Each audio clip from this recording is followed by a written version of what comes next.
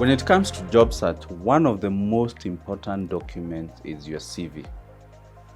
And because of one reason, this is the document that employers use to be able to determine whether you are qualified for the position and see whether they are going to invite you for an interview. Because think about it. Here you are, I don't know you, I've never met you, you don't have a chance to explain about your skills, about your experiences one-on-one. I'm only relying on this document, the CV. So it's a very important document. Therefore, the work of the CV is to be able to sell you, to market you. Think of a CV as a brochure. And this is the document that a prospective employer will be relying to decide whether you're going to the next stage. In fact, whenever I'm coaching professionals, whenever I'm giving professionals one advice on one-on-one basis, I normally emphasize that the work of the CV is to get you an interview. It's not to get you a job. Because most of us, when you're applying for a job, we look at the CV and we think that it would automatically get us a job. No. Yes, in one way or another, it's connected to you getting a job. It's an important job document in the job search, but think of it as a bridge between you getting a job, in the sense that it will get you an interview. So I've been privileged to review, I would say, over 20,000 CVs in my over 10 years of experience in recruitment. And on a day-to-day basis, I interact with employers and who are looking to hire for various positions. So based on my interaction with employers, this is what they consider a professional CV. And that is why in today's video, I'm going to share with you 7 things you need to know when it comes to you writing a professional CV, or making sure that your CV is professional enough and it's marketing you to a potential employer. So the first thing you need to consider is that when it comes to job application, number one, always tailor your CV to suit the job that you're applying for. And what do I mean by this? You always have your standard CV, but then whenever you see a position, go through the job description, have a look at the job advert and see what are they emphasizing, what are they really looking for, and then you tweak your CV. You just make minor adjustments that you fit the job advert itself. And this is because of the one reason. When it comes to job applications, employers get very, very many CVs. Here at Corporate Staffing Services, for one job, we get between 200 to 1,500 CVs. So the person shortlisting, whether they're using a manual system, whether they're using an automated system, they'll rely on keywords. They'll look and see, okay, this is what we are looking in the job, this is what we are looking in the candidate, and we had put it in the job advert. Does this CV contain the same? And if there's a good match, you'll be invited for a job interview. I see majority of candidates making that one single mistake, where you have one CV and you use this CV to apply to all jobs. That doesn't work. You'd rather spend some 10-15 minutes tweaking your CV to suit that position. And I'm sure you start seeing more success when it comes to your job application. Then the second pointer is that always have achievements in your CV. There's a different video I've done on what achievements are. And the reason why achievements are important is because when you have two candidates who have the similar experience, similar industry, what you tilt the decision to your favor is that additional information in your CV. And achievements are part of that additional information, because someone can be able to see beyond the job that you're given, beyond the responsibilities that you're given, what else have you done over and above what was expected of you. So if you can have 2 achievements for every job that you have had, that would really make a whole lot of a difference. And the way to write achievement is make sure they are quantifiable. So if you can put a figure, if you can put a percentage, then it becomes more believable. And that will make a difference in your job application. Now let's talk about career objective. I'm sure you've been told that your CV should contain career objective. And yes, indeed it's important because it's a summary of who you are and your skill set.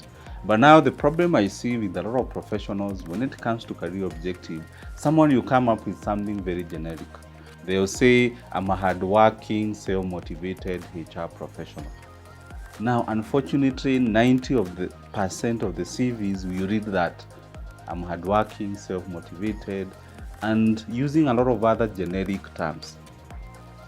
Now, you shouldn't have that in your CV. Why don't you make it professional by highlighting and summarizing your skill set? So for example, in HR, I would write something like, I have over 12 years of experience in HR.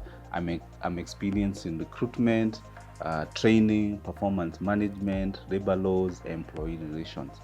So I go on highlighting the skills that I have in the career objective. And remember, because this is what we write on the first page, it's very attractive. When someone reads that, they say, oh, this is someone who's very focused. And if you want to take it even to the next level, you can highlight some of the key skills that have been mentioned in the job description. So you make sure you include them in the career objective. The other thing to have, especially on your first page of your CV, is be able to outline your key skills and competencies, both the technical skills and the soft skills.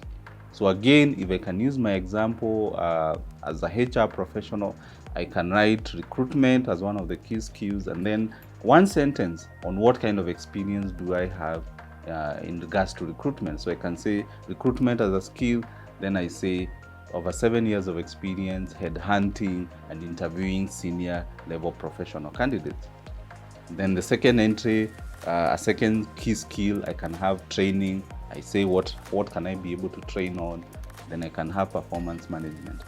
If let's take an example of a customer service job. So someone can write one of their skill set as reporting.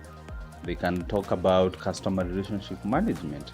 They can talk about in being able to handle internal and external communication. So again, that should appear on the front page. Number 5, remember the format and the appearance matters. And here there's no one standard format or appearance, no. But however, is it well organized? Are you using different fonts? Can someone make sense of that document? Because you might be the most qualified person, but if I can't make sense of where your CV begins, where it ends, then you're not doing yourself a favor. So this is the way I would advise you to approach. So have your personal details at the top, then have a career objective, then have your education and professional qualification, then outline your key skills and competencies. Then after that, you can go and highlight your work experience. And then other things like hobbies, interest, and the referees can come at the end. So that way, someone can be able to see that there's a sequence. The other thing you need to consider is that, and this is for, I see not many candidates make a mistake here, but some I see making a mistake, is start with your most recent jobs. I've seen instances where I'm reading a CV, I'm reviewing a CV of someone who has 15 years of experience, and yet whatever is appearing on page 1 is where they started their career. Okay, so don't make me do a lot of work. Start with the most recent experience. In fact, your current or last job should be the one at the beginning of your work experience. And lastly, and this is advice for those of us who have many years of experience, the more you become experienced, the more the more you climb the career ladder, then do away with entry-level jobs and positions. And I'm not saying you don't highlight them in the CV. What I'm saying is you don't have to break down what you did as an intern. You don't have to provide 5 entries showing this is what you did intern at this organization, then you join this organization at an entry-level job. So what I would advise you is when you see that your CV is about to be 3 pages or 4 pages, then just say other work experiences. And then you can see, number 1, I was an account assistant at corporate staffing services from this period to this period. Then I also had another internship, you list. So that way, it will occupy a very minimal space. Yeah. So when it comes to job search, I've seen many professionals sell themselves short because of the way they are marketing themselves through their CV. So if you've been applying for jobs and these are jobs that you know you are qualified, where you have the relevant skills and the relevant experience, and the employers are not calling you for an interview, then definitely your CV could be a problem. That could be one of the reasons why you're not making it to the next stage. So I would advise you to ask a friend to review your CV, ask a professional. If you have a HR friend, ask them to review your CV and see whether it meets some of the guidelines or standards that I've been able to share with you. And here at Corporate Staffing Services, if you have over 2 years of experience, we do offer free CV review where one of our staff members can look at your CV and be able to advise you at no charge whether your CV is professional enough. So there's a link below with more information, and reach out to us. Again, let me emphasize, it's free. You'll have a discussion because we want to empower you in your career so that you can be able to succeed. Thank you for watching, and look forward to seeing you in my next video.